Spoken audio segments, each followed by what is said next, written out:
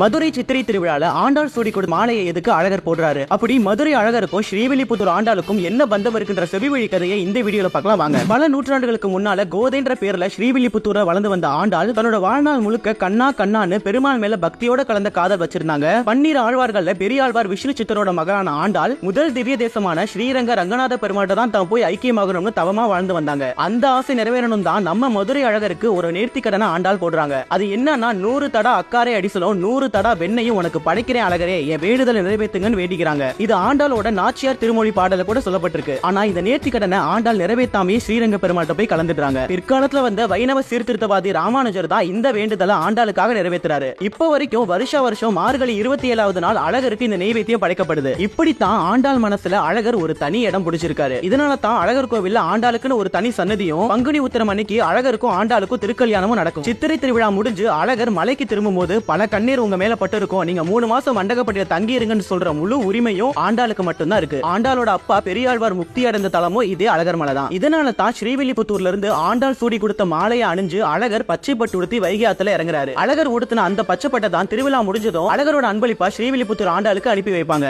அந்த பட்டை உடுத்தி தான் ஆண்டாளும் ஊஞ்சல் உற்சவம் காண்பாங்க. இப்படி அழகருக்கும் ஆண்டாளுக்குமான ஒரு பந்தம் ரொம்பவே அழகானது.